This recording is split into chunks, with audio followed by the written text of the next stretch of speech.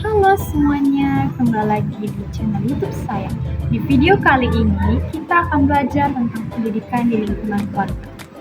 Pendidikan keluarga sangat penting karena tempat pertama anak belajar tentang nilai-nilai kehidupan.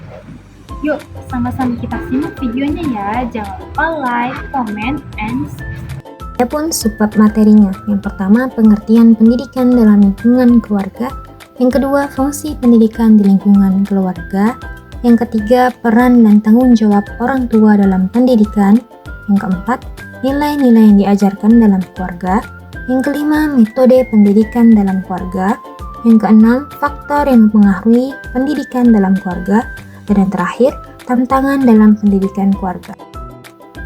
A. Pengertian pendidikan dalam lingkungan keluarga.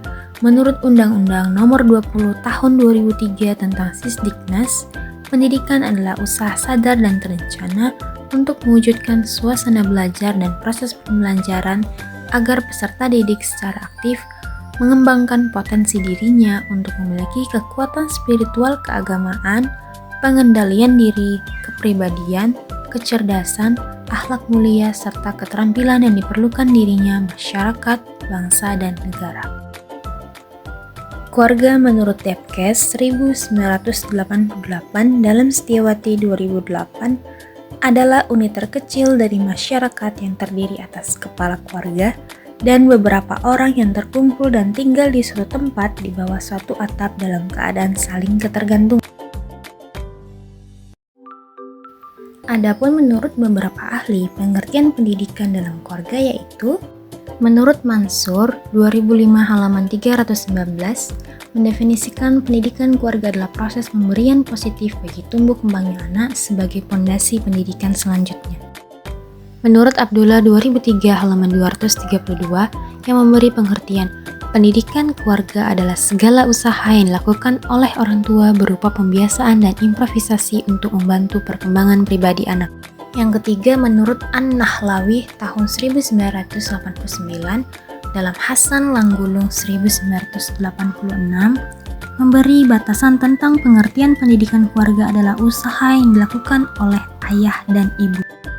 Kedua, fungsi keluarga dalam pendidikan. Menurut Friedman ada 5, yaitu yang pertama fungsi afektif, yang kedua fungsi sosialisasi dan penempatan, yang ketiga fungsi reproduksi, yang keempat fungsi ekonomi, dan yang terakhir fungsi perawatan dan pemeliharaan kesehatan. Yang pertama ada fungsi afektif atau kasih sayang. Setiap orang membutuhkan kasih sayang, karena kebutuhan ini menyangkut perasaan atau emosi seseorang.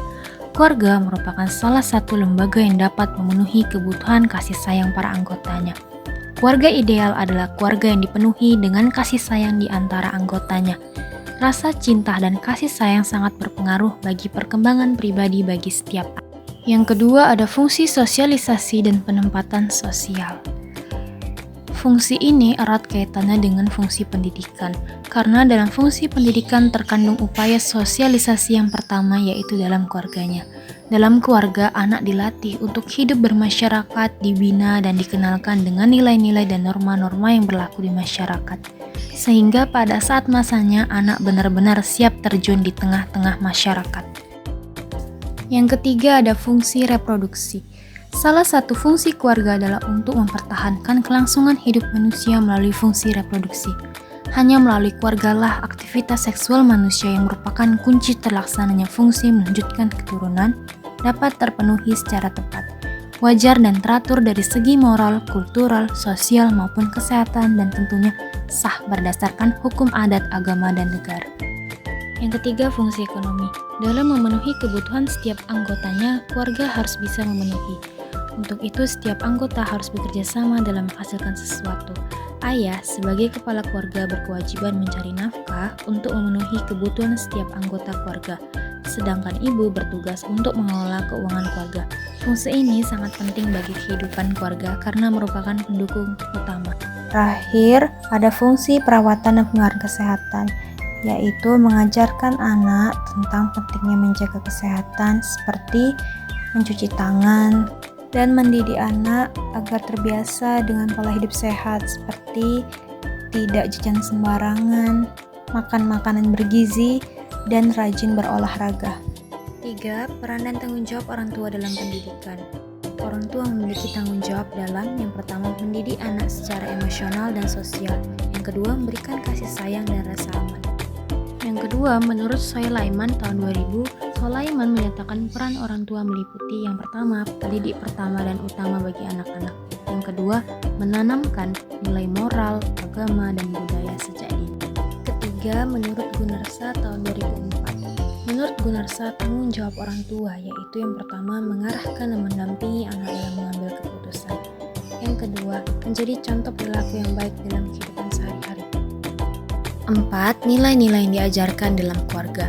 Yang pertama, menurut Soelaiman tahun 2000, keluarga mengajarkan nilai-nilai berikut. Yang pertama ada nilai moral. Nilai moral adalah prinsip tentang benar dan salah yang menjadi pedoman dalam bersikap dan bertindak.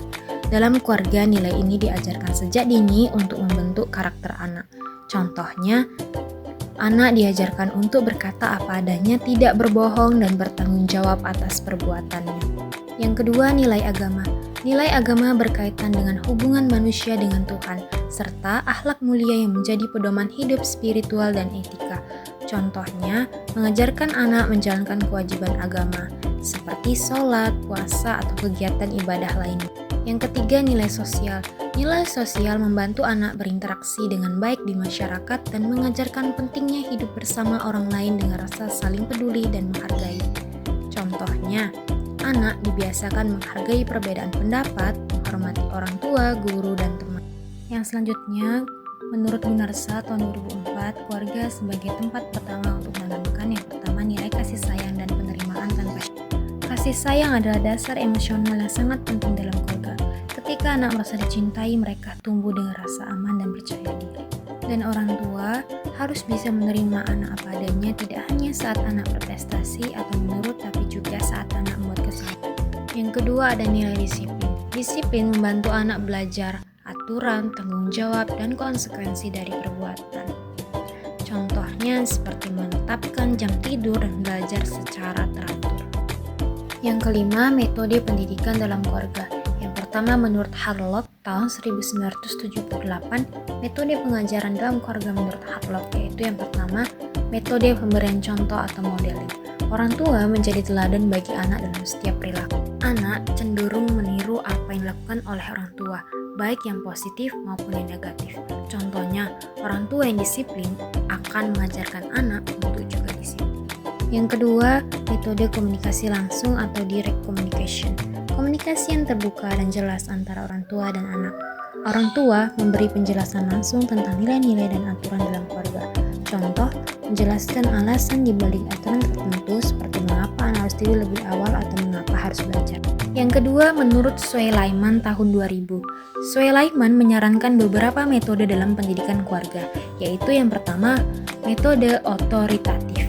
Orang tua berperan sebagai pemimpin yang bijaksana, mengarahkan anak dengan kelembutan namun tegas, serta memberi kesempatan bagi anak untuk berpendapat. Contohnya, orang tua mendiskusikan keputusan yang diambil dengan anak dan mendengarkan pendapat anak sebelum memutus. Yang ketiga, menurut Gunarsa tahun 2004, metode pemberian tanggung jawab. Orang tua memberi anak tugas atau tanggung jawab sesuai dengan kemampuan mereka untuk menumbuhkan rasa tanggung jawab. Contohnya, meminta anak membantu pekerjaan rumah seperti membersihkan kamar atau merapikan mainan. Faktor yang mempengaruhi pendidikan dalam keluarga. Yang pertama, menurut Harlock tahun 1978. Beberapa faktor yang mempengaruhi pendidikan dalam keluarga menurut Harlock adalah yang pertama, kualitas hubungan antara orang tua dan anak. Hubungan yang sehat dan penuh kasih sayang akan mendukung perkembangan anak secara emosional dan intelektual. Jika hubungan orang tua dan anak harmonis, anak cenderung memiliki rasa percaya diri dan motivasi untuk belajar. Yang kedua, keadaan emosional orang tua. Kondisi emosional orang tua seperti stres, kecemasan, atau kebahagiaan sangat mengaruhi cara mereka mendidik anak. Orang tua yang stabil secara emosional cenderung lebih sabar dan bijaksana dalam mendidik. Contohnya, orang tua yang lebih tenang dapat menghadapi tantangan pendidikan anak dengan lebih baik. Yang ketiga, ekonomi keluarga. Keuangan dan status sosial ekonomi keluarga juga mempengaruhi kualitas pendidikan yang bisa diberikan kepada anak, baik dalam bentuk fasilitas belajar maupun akses ke pendidikan yang lebih baik. Yang kedua, menurut Soelaiman tahun 2000. Soelaiman menambahkan beberapa faktor penting dalam pendidikan keluarga. Di antaranya yang pertama, peran orang tua. Keaktifan dan keterlibatan orang tua dalam mendidik anak mempengaruhi keberhasilan pendidikan anak. Orang tua yang aktif mendampingi anak akan lebih mudah mendeteksi masalah atau kebutuhan anak. Misalnya, orang tua yang mendampingi anak dalam belajar atau membantu pekerjaan rumah akan mempercepat pemahaman anak. Yang kedua, ada pendidikan orang tua.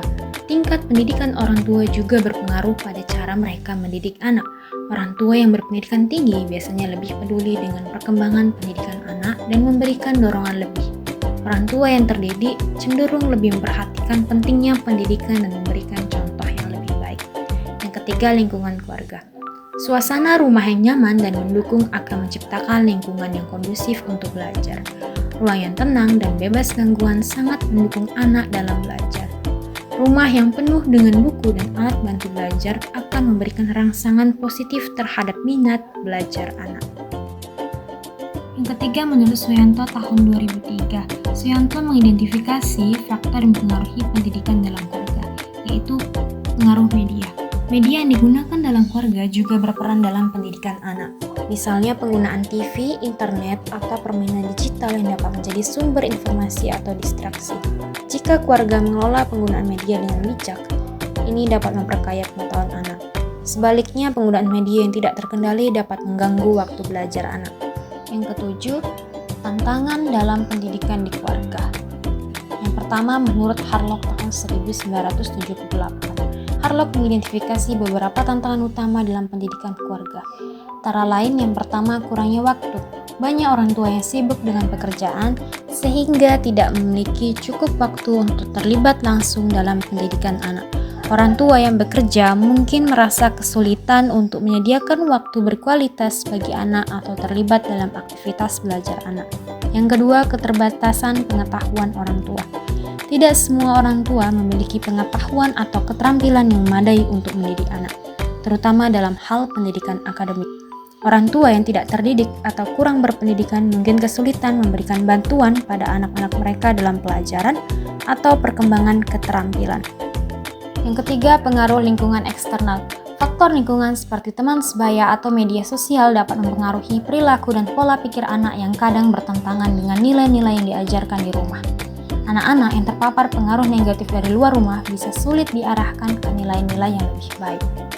Yang kedua, menurut Soelaiman tahun 2000. Soelaiman mencatat beberapa tantangan dalam pendidikan keluarga. Di antaranya yang pertama, perbedaan pandangan antara orang tua dan anak. Perbedaan generasi antara orang tua dan anak bisa menyebabkan kesulitan dalam komunikasi dan pemahaman. Ketidaksesuaian antara cara berpikir orang tua dengan anak yang lebih modern atau dipengaruhi oleh teknologi dapat menyebabkan ketegangan dan kesalahpahaman dalam pendidikan. Yang kedua, tekanan sosial. Keluarga seringkali harus berhadapan dengan tekanan dari masyarakat yang mengharuskan mereka mengikuti norma-norma atau standar tertentu. Tekanan sosial dapat menyebabkan orang tua merasa terpaksa mengikuti tren pendidikan tertentu atau menilai anak mereka berdasarkan pencapaian yang tidak realistis. Yang ketiga, stres ekonomi. Keterbatasan ekonomi seringkali menjadi tantangan besar dalam pendidikan keluarga. Keluarga dengan penghasilan rendah mungkin kesulitan menyediakan fasilitas pendidikan yang memadai untuk anak. Keterbatasan finansial bisa menghalangi anak untuk mendapatkan akses pendidikan yang berkualitas seperti kursus atau bahan bacaan yang diperlukan. Yang ketiga, menurut Ki Hajar Dewantara. Ki Hajar Dewantara juga menekankan beberapa tantangan dalam pendidikan. Yang pertama, kurangnya keterlibatan orang tua. Yang ketiga, menurut Ki Hajar Dewantara. Ki Hajar Dewantara juga menekankan tantangan dalam pendidikan keluarga, yaitu faktor emosional dan psikologis anak. Setiap anak memiliki perasaan masalah dan kebutuhan emosional yang berbeda, yang kadang tidak mudah dipahami oleh orang tua. Tantangan psikologis yang dihadapi anak seperti stres atau kecemasan dapat menghambat proses belajar dan perkembangan karakter anak. Yang ketiga, menurut Suyanto tahun 2003. Suyanto mengidentifikasi beberapa tantangan pendidikan keluarga yang dihadapi orang tua. Antara lain yang pertama, gaya pengasuhan yang tidak konsisten. Ketidakpastian atau ketidakkonsistenan dalam gaya pengasuhan dapat membingungkan anak dan membuat mereka tidak tahu apa yang diharapkan. Jika orang tua terlalu permisif atau terlalu otoriter, anak bisa bingung dan tidak memiliki batasan yang jelas yang mengarah pada perilaku yang tidak sesuai. Yang kedua, kurangnya keterampilan orang tua dalam pendidikan. Tidak semua orang tua tahu cara mengajarkan anak dengan efektif, khususnya dalam hal pendidikan akademik. Banyak orang tua yang tidak tahu bagaimana mengatasi masalah pendidikan anak seperti kesulitan belajar atau perbedaan kemampuan anak.